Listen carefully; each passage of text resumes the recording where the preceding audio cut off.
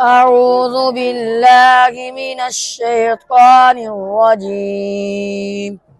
بسم الله الرحمن الرحيم. أولم يروا أن الله الذي خلق السماوات والأرض ولم يعي بخلقهن بقادر على أن يحيي الموتى بلى إنه على كل شيء قدير. ويوم يعرض الذين كفروا على النار أليس هذا بالحق؟ قالوا بلى وربنا.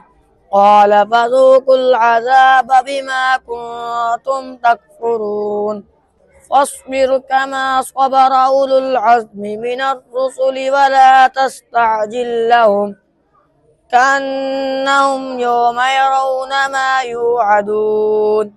لم يلبثوا إلا ساعة من نهار بلاغ فهل يهلك إلا القوم الفاسقون.